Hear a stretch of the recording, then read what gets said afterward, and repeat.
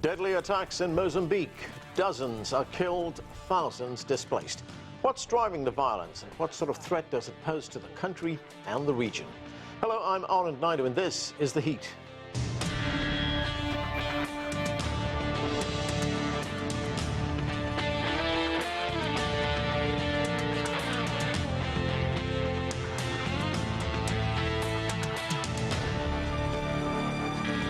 Mozambique is still reeling after a vicious assault late last month by militants linked to ISIL. Dozens were killed by the insurgents in the assault that took place in the coastal town of Palma in the northern Cabo Delgado province. Thousands more have fled to nearby Pemba and have recounted horror stories of their experience. Many of the arrivals are women and children. Meanwhile, Mozambique's military says Palma is now secure. But what is behind the violence and what threat do the militants pose to the country? To discuss all of this, joining me now from Maputo, Mozambique, is Zenaida Machado. She is a researcher in the Africa division of Human Rights Watch, and she is a former multimedia journalist who's reported on Mozambique. With us too from Johannesburg is Liesl Louw-Vaurdran. She is an Africa analyst and is the senior researcher and project leader with the Institute for Security Studies. And also with us here in Washington, D.C. is Abdullahi Boru Halakhe. He is an Africa security and policy analyst. Welcome to all of you to the show. Zenaida, let me start with you in Maputo. The Mozambican military says that they now have this area, Cabo Delgado, that region. They now have it under their control. What are you hearing? What's the latest? And what can you tell us about the number of people who've been killed or wounded and those who fled the area? Thank you so much for having me. Indeed, the Mozambican army reported yesterday or confirmed yesterday that it has got the control of Palma town in northern Cabo Delgado. And it had the opportunity to take there a few reporters, including one from Sky News, which is an international television station, to see the extent of the damage caused by the attack on Wednesday and the fighting that has been happening since then. The numbers of casualties are still unknown, and we might never know them because the Mozambican government has not been very good at recording casualties from this conflict, neither at revealing their own casualties in the army. But what we know is that thousands of people are displaced. The UNHCR is talking about almost 10,000 people that have arrived in safe places in Montepuez, Mueda, and Pemba, but there are still thousands of people missing. People, when the attack took place on Wednesday afternoon, the 24th of March, they ran out to everywhere. Some hid in the bush, some tried to go to Tanzania, others started walking towards Montepuez, Mueda, and Pemba. And there are thousands of other people that were were rescued by Total in partnership with local authorities, as well as the United Nations that has now interrupted their process of evacuation for security reasons, they claim. But still, from the images we saw of journalists who arrived in Palma with security force, you could see that there are still many people, numbers of hundreds that we could see on video that had come back from the bush once they saw the presence of reporters and they felt that it was safe, which means that there are still a lot of people around Palma. And at this stage, I think it's a bit concerning the level of security that the security forces can provide for them. And we are also concerning about their well-being, the level of trauma that they have been exposed to, and whether they have injuries or not. But there is also other elements of humanitarian that includes anger, access to health care, and access to shelter, because in Palma everything has been destroyed, including the homes of thousands of residents of the town. Liesl, this group that is claiming responsibility for these attacks has been linked to ISIL, the Islamic militant group. Now, they have been active in this region, Cabo Delgado, for the last 3 years. Do you know how big they are, how organized they are, and how well armed they are? Yes, the group has actually grown a lot since the end of 2017, when we saw the first attacks really just with arms, rudimentary sort of weapons. And in the last couple of months, I would say throughout 2020, they grew considerably. They took control of one of the ports, Mozambique, prior in August last year, and then this major attack in Palma. It's estimated that over 100 of these fighters took part in the attack on Palma from various directions, was very well planned. They also now took over some vessels along the coast. So I think it's very difficult to say exactly how many there are. And as you say, the Islamic State in the Central African province has taken responsibility, has claimed responsibility for some of these attacks, many of the attacks. Even the US government designated the groups in Mozambique officially as being ISIS Mozambique, foreign terrorist organizations. This designation was quite controversial, but it's clear that they've grown in sophistication. Even, in the weapons that they used in Palma, as I said, it's very different from when they started out. Right. It's clear that they are getting supplies from elsewhere. Liesl, as you say, they've been able to take control of a port. They've been able to carry these attacks out in this region. What does that tell us about the Mozambican government's ability to maintain security in this part of the country? Yes, I think it was this attack on Palma where many foreign expats and so on were involved, and the international media attention on it showed definitely that the Mozambican military and security forces in general are unable to provide security for people. But this has been going on for a very long time. Initially, it was actually the police that was charged with fighting the insurgents, together with private military operators, first from Russia, then from South Africa. Lately, it has been the defense force, the army, which it was clear from this last attack also that many of them just were unable to protect Palma. They were unable to carry out what people thought was a mandate to protect the liquid natural gas projects there.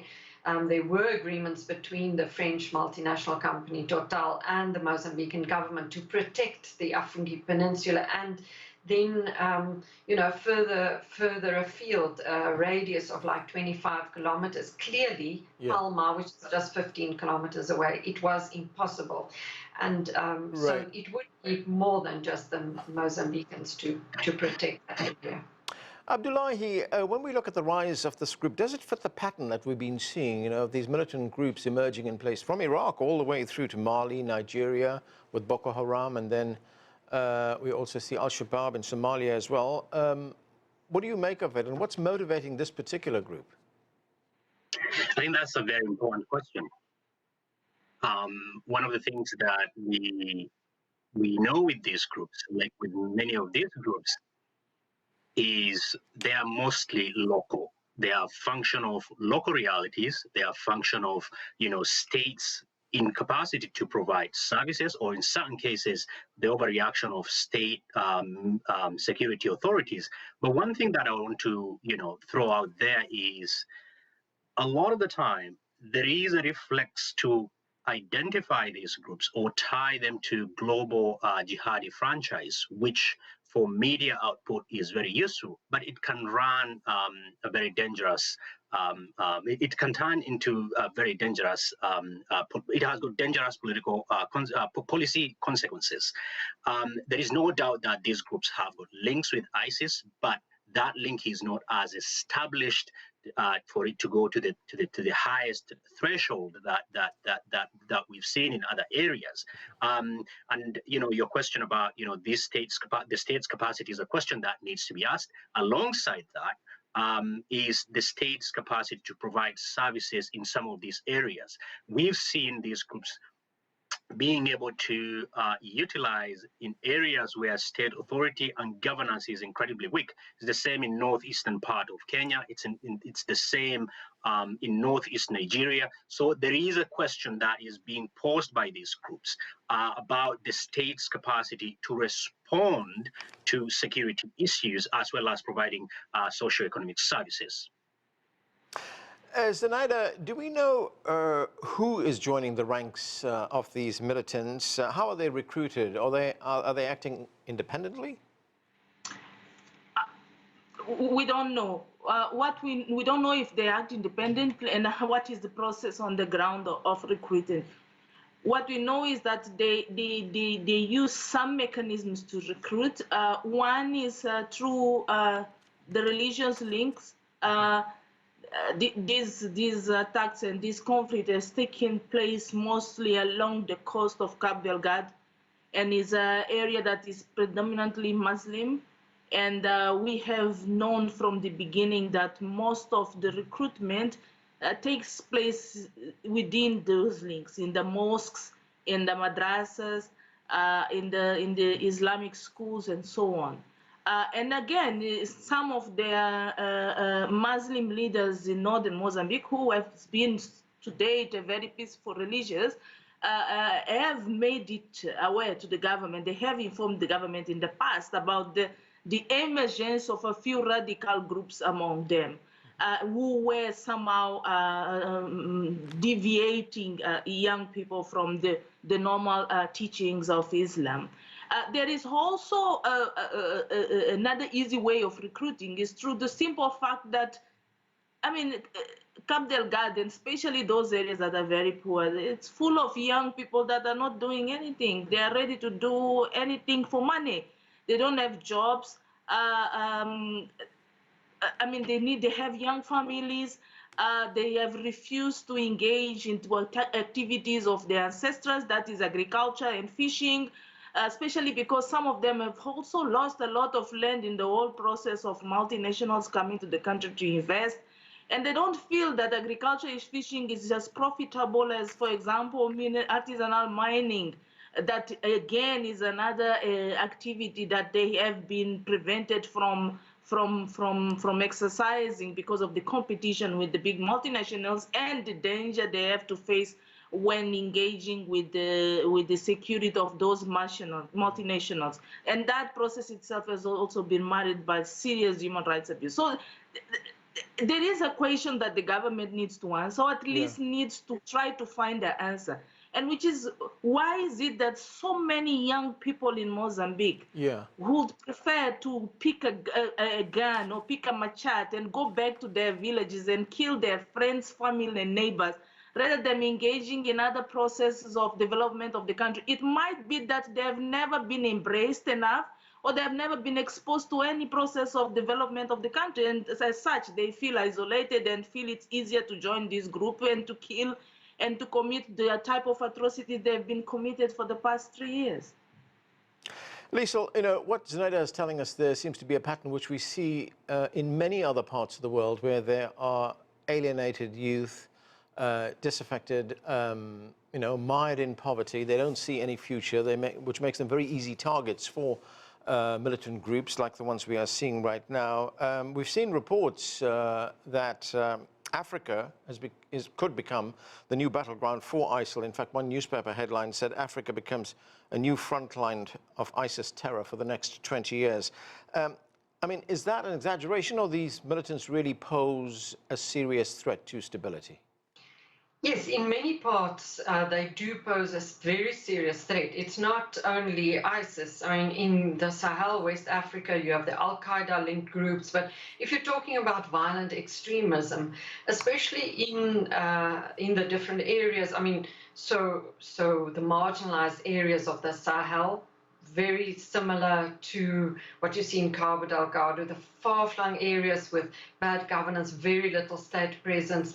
The border, for example, between Burkina Faso, Mali, and Niger has become, you know, the terror threat there has expanded. In fact, In 2020 alone, there were more than 6,000 people that died through violent extremism in the Sahel. And that it started in 2012 when northern Mali was occupied. And it spread, and it is still spreading. The violent extremism in the Sahel multiplied fivefold since 2016. So despite tens of thousands of international troops, French troops, the UN, etc. I think that's what worries us here in Southern Africa, is to say we see a similar phenomenon, and we know how difficult it is to combat once once it grows to those numbers. Then we have, of course, the Lake Chad Basin, Boko Haram in northeastern Nigeria and Niger, Chad, and parts of Cameroon, and Al-Shabaab in Somalia, which has launched attacks in Kenya and so on. So what, as I say, at the Institute for Security Studies, we have offices in West Africa, in Dakar, Bamako, Chad, and so on. And we've been following this very closely. And I think that is why, we are so concerned as well, because we've seen elsewhere on the continent the inability of governments and of the international community to actually respond effectively. Abdullahi, what will it take to defeat the insurgents? I'm not even sure defeat is the right word. It's about offering a better alternative, isn't it? I mean, is there a military solution to this, or is there much more to it? Do governments and international organizations have to address the grievances that we're hearing about, social and economic grievances? I think that is a very important question, but also a very difficult question. But the most important thing is identifying these groups for what they are and understanding the underlying drivers of what pushes. Zenaida said, I mean, the Mozambican government has to answer a question: why these young men are flocking to these groups? What is it that they are offering? Is there an alternative that these groups are offering? I think the critical question here is there are no easy answers, so that is one thing that we have to be very careful with. The most important thing for me, I think, is we need to define the problem very well. I think there is also a very reflexive attitude towards saying this is, this is a domestic terrorist that has got links to an international franchise. What that does is it kicks in a chain of reaction that is, as far as policy is concerned, domestically as well as internationally. We've seen that military effort alone will not provide the solution that a lot of people are craving for. As a matter of fact, over the last few months, we've seen that things that we've seen elsewhere, where private security companies are brought into to solve the problem, but they make the situation worse, because any overreaction by the state or any people who are aligned with the state, what that does is it reinforces this vicious loop. They can easily point to and say, hey, look, we are the only vanguard between you and the state that is not giving you anything. And now, since we've responded, look at what the government has done. Any death, any overreaction, any egregious human rights violation could lead to that. And, like Zenaida has said, why has Cabo Delgado just become such an important place suddenly? It's not for any other reason, because the state has realized that after it's mismanaged, the tuna deal of 200 billion fictitious deal, now, this multi-million, probably even billion liquefied gas prospect by Total is going to bring it more money. And this is a government that doesn't have a great deal of credibility when it comes not just in its capacity to respond to crisis, but also, very deeply entrenched corruption, official corruption that we've seen. So I think the states, and for that matter, therefore, the regional countries through SADC, African Union, need to find a multi-pronged approach rather than seeing this as an only, military as the only solution, because that could end up being counterproductive, like we've seen in other parts of the continent. Liesl, you mentioned Total earlier on. They're involved there in this $60 billion gas project. Is this possibly the reason why there is so much attention on this particular region right now? And the latest we have heard is that Total has, in fact, suspended operations. Yes, it certainly exacerbated the problem because, as Zenaida and many others have said, the issue, the question of unemployment, marginalization, frustration, next to and right there in an area where a couple of years ago it was announced $60 billion worth of investment potentially in Cabo Delgado would flow to Mozambique. And of course, very little flowing to local people in terms of jobs and so on. In fact, the only ones that could potentially benefit were those South Africans that we saw in the Palma attacks, subcontractors and so on, people with a level of skills that could assist and build some of the infrastructure. Now that 60 billion is broken up in sort of three parts. Already the Americans, ExxonMobil, they've announced in 2019 that they're no longer going to continue with, or they postponed their investment decision.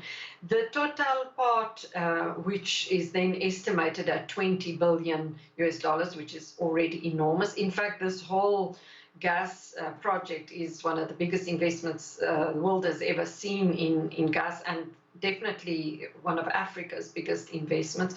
So, but as you said, Total has now withdrawn. It could take months before they come back. And the offshore liquid natural gas, these floating platforms will be brought soon in the next couple of months and years. This will be able to be all offshore.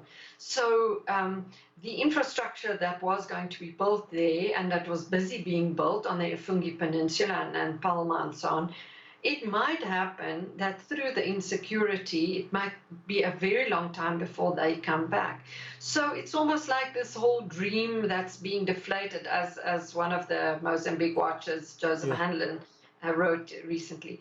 It was potentially for South African business people, where South Africans have invested massively in terms of banks and so on in this project, for job creation and potentially producing energy in a region that desperately needs electricity. We have a huge need in South Africa and other countries. We could have used that liquid natural gas if we could have gotten our act together. But I'm afraid now, through all these different circumstances, this is definitely deferred to the future. And I mean, it's a great, I would say, missed opportunity for Southern Africa, basically. Zenaida, looking at the humanitarian situation there, thousands of people have been displaced, and many of them have taken refuge in Pemba, which is a relatively small city of about 200,000 people. In fact, there were already large numbers of people in Pemba at the end of 2020, at the end of last year. Is there a danger that this could become a much bigger and a much longer humanitarian crisis? Oh, definitely. I think it's no longer a danger. It's a fact that it will. Just look at the consequences of this conflict. Even if we forget about the issue of resettlement of people, or we forget the issue of feeding and sheltering of people, there is an element of trauma, psychological support that will be needed for decades to come, especially on little children. Just to give you an idea, as we speak, half of the children of Cabo Delgado are displaced.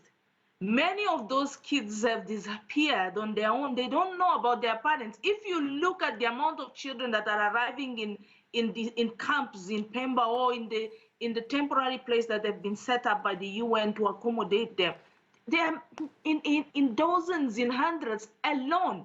They don't know where their parents are. Maybe their parents have been killed in this conflict. So these children will grow up to remember for the rest of their lives what happened in Palma and in other regions of Cabo Delgado. Because Palma, I keep making this point, Palma was just another attack that took place in Cabo Delgado. There have been several other attacks in the past 3 years, and many children are traumatized. They have not been to school for the past 3 years. These children were supposed to be the future of Mozambique. Which future are they going to be if they have not attended school for 3 years? We are talking about mothers that watch their sons being beheaded. Can you help a mother forget that? Is there any psychological support that she can receive to forget watching her own son being beheaded? So there is a lot of trauma, a lot of effect that this conflict has had on people's lives, that I don't think in 2 decades we would have forgotten what has happened. So this conflict itself has already created a lot of humanitarian damage.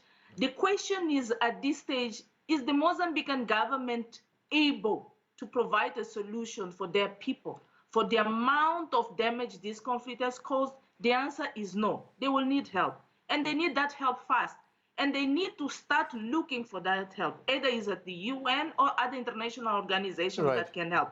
The other element is that the Mozambican government also needs to start looking for ways of making peace with its own people. A lot of those traumatized people, they don't even trust the security forces. And we haven't heard from the Mozambican government what is their plan. One, to investigate abuses that we have documented in the past, and two, to make sure that those abuses never happen. And number three, to reform security forces in a way that either we have or not a conflict similar to this coming days, coming weeks, coming years, the army of Mozambique will be prepared to help people on the ground, not to attack them at the same level of the insurgents. Abdullahi, as Zenaida says, there is a need for outside help here. The African Union has already called for urgent and coordinated action. The Southern African Development Community is holding a meeting this week on this crisis as well. We know that Portugal has deployed troops to Mozambique, its former colony, and the United States has also sent a small group of troops which are being referred to as trainers. What role can they play, or could it make matters worse?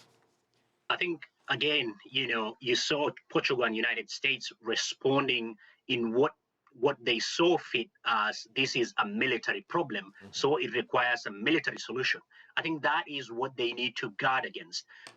We know very well the state's capacity, and there is a tremendous amount of trust deficit between the security agencies and people living in this region.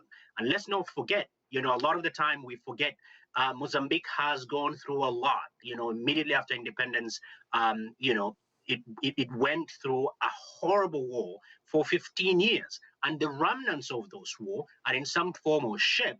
It's still being memorialized in some of these areas. And some of these regions are regions that have known some of this torture. So I think what outsiders could do is to help in defining this problem in the best way possible. It's good to start moving in very quickly, but if you're moving in out of the good intention and make the already perilous situation worse, it will not be helpful.